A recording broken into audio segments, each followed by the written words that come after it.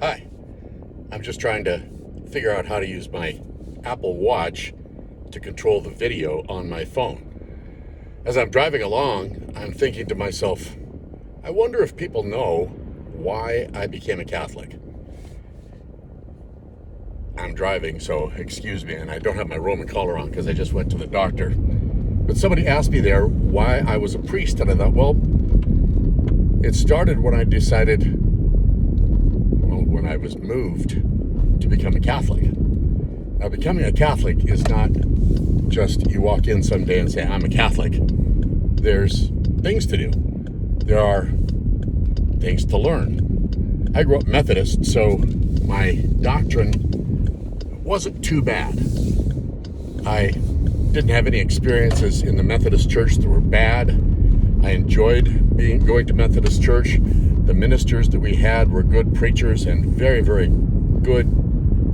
I believe they were holy men. They believed what they believed, and it was a little different than Catholicism. Well, quite different in its practice, but their basic view of God and salvation is pretty similar to the Catholic Church. So I didn't have a big problem with my doctrine. It just wasn't complete in the Methodist Church.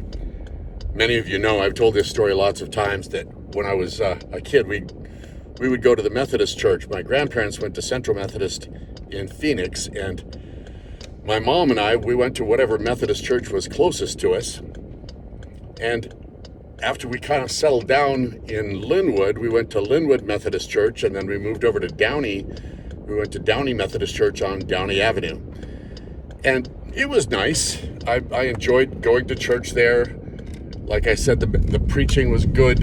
It was solid. I don't remember anything spectacular, but it was very reverent and kind and gentle. But it wasn't just nice doctrine. It wasn't just mamby-pamby Christianity.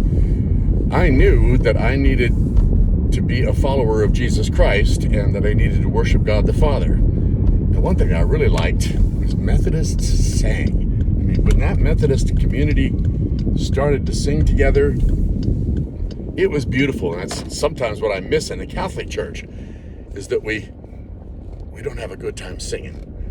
But that's just a little thing compared to the rest of the things in the Catholic Church that I really do love. I went to Methodist Church with my mom, and when I was in elementary school, we lived in Linwood, California. I got to be friends with a guy named Eddie. I won't say his last name because you might know him. Eddie and I were scoundrels, as little boys often are. We weren't horrible scoundrels. Well, maybe we were. Eddie lived across the street from Santa Media's Catholic Church in Linwood, California. You can look it up on a map. It's on California Street. Santa Media's was a great big church. And on Sundays, either before or after church, I would go over to Eddie's house and we'd collect rocks. And we would throw rocks at the Catholics as they went into Mass. Usually not the people themselves, but the cars. We were little meatheads. We didn't really know what we were doing. Eddie just knew he didn't like Catholics, and if he didn't like Catholics, then I knew I shouldn't like Catholics, because we were both Protestants. He was Presbyterian, I was Methodist. And I don't remember if we hit any or if we hurt any. I just don't remember that. We may have. I don't remember. I've confessed this. Don't worry. But one day I went over to Eddie's in the middle of the week, and he wasn't home. This is in Linwood in the probably late 1950s, maybe the early 60s. And it was so smoggy in Los Angeles County at that time. I didn't know there were mountains. We never saw them. It was just the air was brown here. I went over to Eddie's house, and it was a hot, smoggy day. It was hard to breathe if you walked too fast. So I got to Eddie's house, and nobody was home.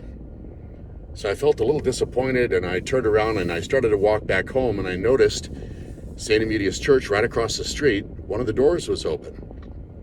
And I looked closer, and some of the other doors were open, and I thought, well, they must be having a service. I wonder what's going on in there.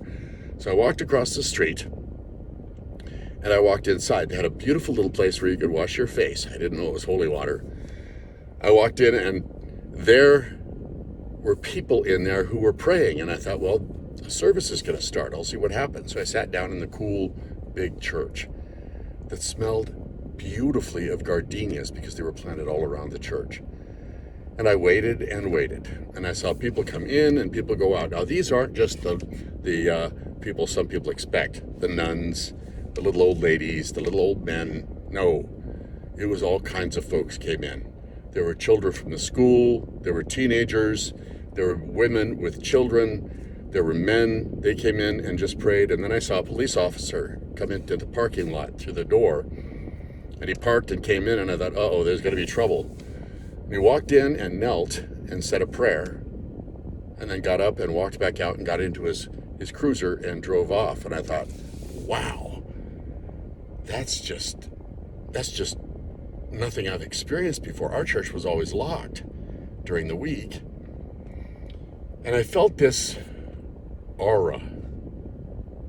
And it was the example of those people in prayer, this aura of sacredness, of holiness in the place. And I was very, very touched by it. I saw their actions. I didn't know why their actions were like they were, but they were showing me the Blessed Sacrament in the tabernacle. Now, I didn't know anything about the Blessed Sacrament in the tabernacle. I had no idea what a tabernacle was. But I saw the reflection of the holiness of the Eucharist in those people as they came in and very reverently prayed. Now, it was normal. There were babies crying.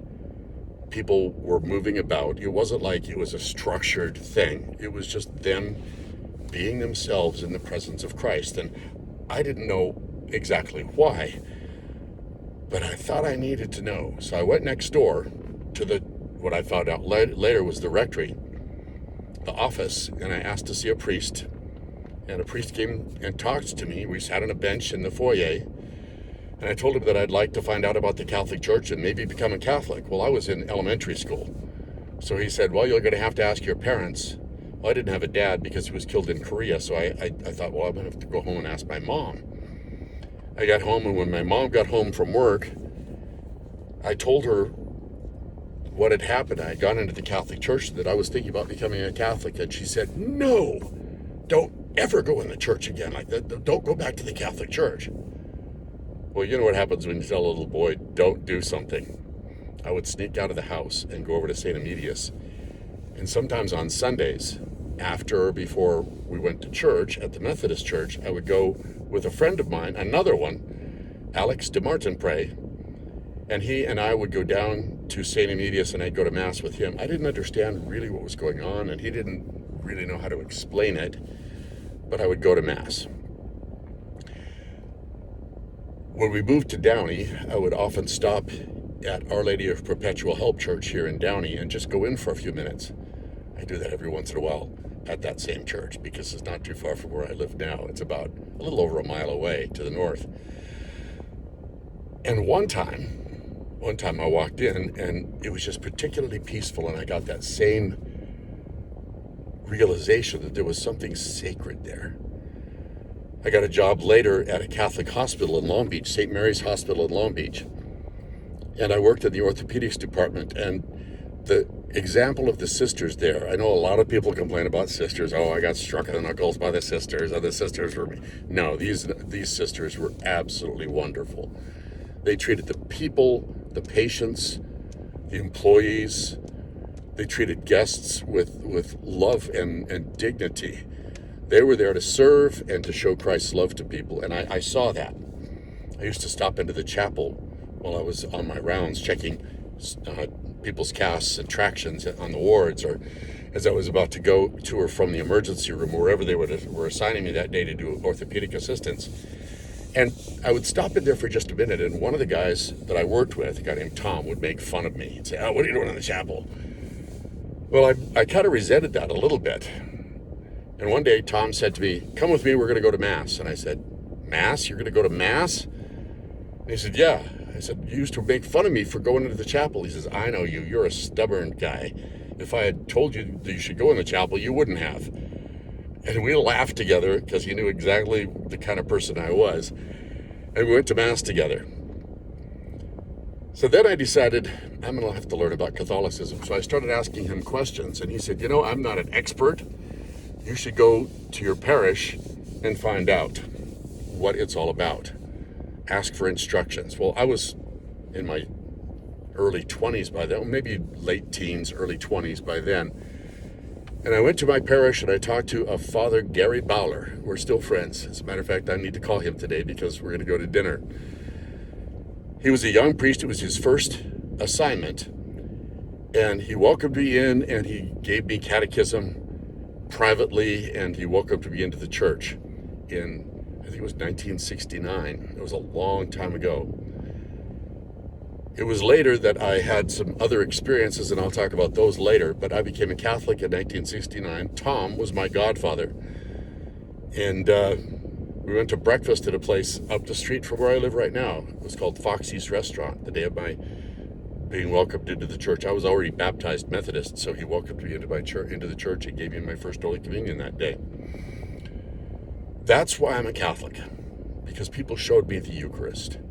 Because people showed me the love of Jesus in their lives. And people showed me that they loved Jesus. They didn't just say it. They did it in their lives. They showed the love of Christ by loving other folks properly.